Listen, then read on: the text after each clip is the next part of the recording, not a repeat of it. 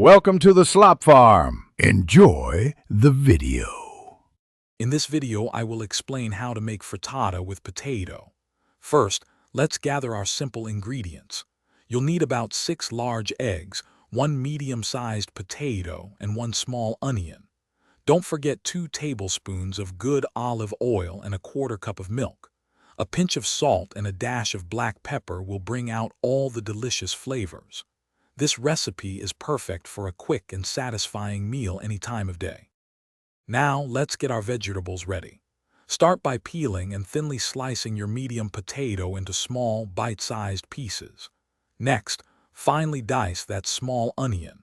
Heat 2 tablespoons of olive oil in a 10-inch oven-safe, non-stick skillet over medium heat. This step is crucial for building the base of our delicious frittata. We want those potatoes to be tender and slightly golden. Once your oil is hot, add the sliced potatoes to the skillet.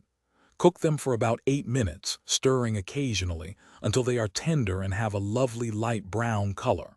Then, add the diced onion to the pan. Continue cooking for another 5 minutes, or until the onions become soft and translucent.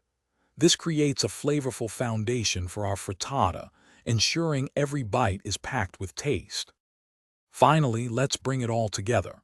In a bowl, whisk your 6 large eggs with a 1/4 cup of milk, a pinch of salt, and a dash of pepper. Pour this egg mixture evenly over the cooked potatoes and onions in the skillet.